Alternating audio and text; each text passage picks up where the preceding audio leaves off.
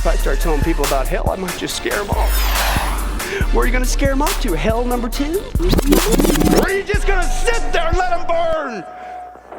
When Chris and I started on this journey and we were looking up a lot of these things or investigating a lot of these things, it took us some time for us to say, wait a minute, all of these things tie in together. And I remember I was sharing with someone and I said, if we were the persons that were warning like Paul Revere did, the British are coming, we'd have 1,000 alarm bells ringing because it's coming from every side.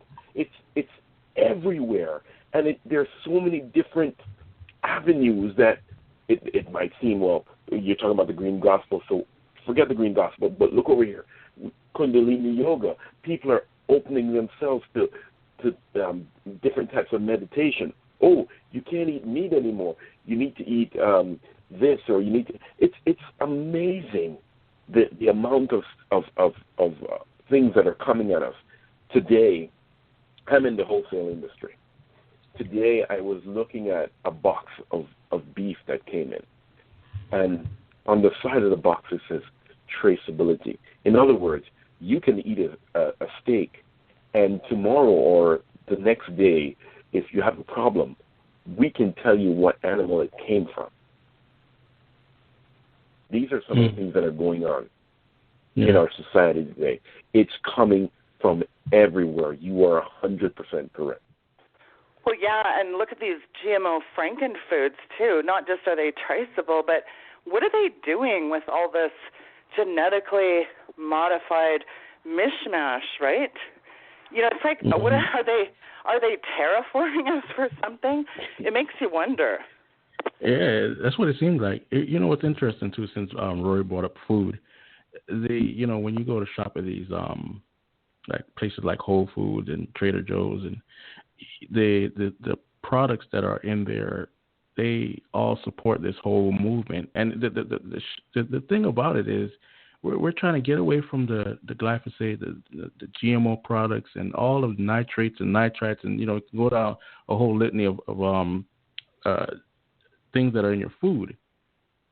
But then it's like you have to support something that you don't want to support because all of these companies are going towards the green agenda. Sheila? Absolutely. Well, and also organic farming. I mean, it's very easy, it turns out, just to get an organic farming license. So you actually think that, and my question's always been, why is an organic banana more pricey than a Happy Meal? Like, that's ridiculous. What is up with that? So you've got, again, all these frankenfoods, and like you said, it's, we're trying to stay away from all this. And all these corporate conglomerates are buying out these companies left, right, and center. Yes. Again, you've got the devils over at Nestle. You've got T. Boone Pickens buying up water, lock, stock, and barrel all over the United States. Water rights. They want to privatize even water, our basic essential. Water is essential for life.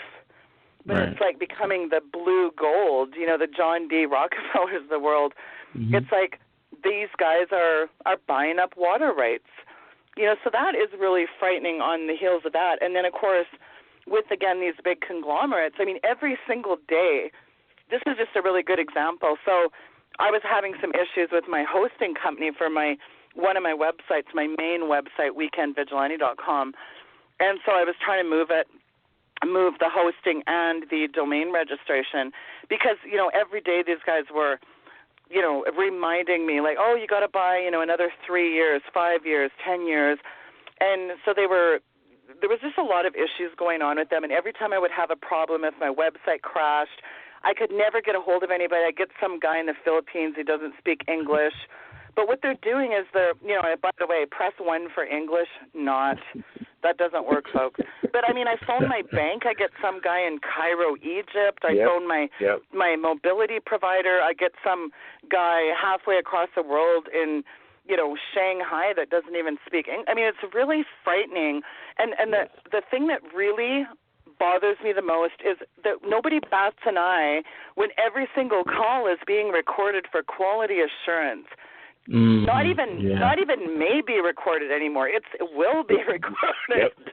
Like, oh my goodness. You just can't get away from it. This whole thing that's forming in front of us, where we have the United Nations talking about the Strong Cities Network and how basically you're going to be a part of this network, and anyone outside of this network that doesn't want to comply, basically they're going to be the enemy of the state. And this is just a big, gigantic global police force. And it's so under the radar that you go outside your house and talk to anyone about it. They're like, what are you talking about? You're crazy. But this stuff it's public knowledge. No one pays attention anymore. Like you said, maybe your grandparents or your parents they would have raised hell. Well, even if my grandparents walked in even a church today, they'd run out screaming, because it is so, you've got this planes, trains, automobile, the whole prosperity gospel. It's so disgusting what's kind of the church. You've got grave sucking and, again, feathers and gold dust and all this crap that's going on in the church. And yet, it is, again, crickets chirping about repentance and the real gospel and Acts ministry and laying hands on the sick. When have you ever heard a pulpit cry to come up and even get saved? They don't even do like an altar call anymore. When do you see that in a church?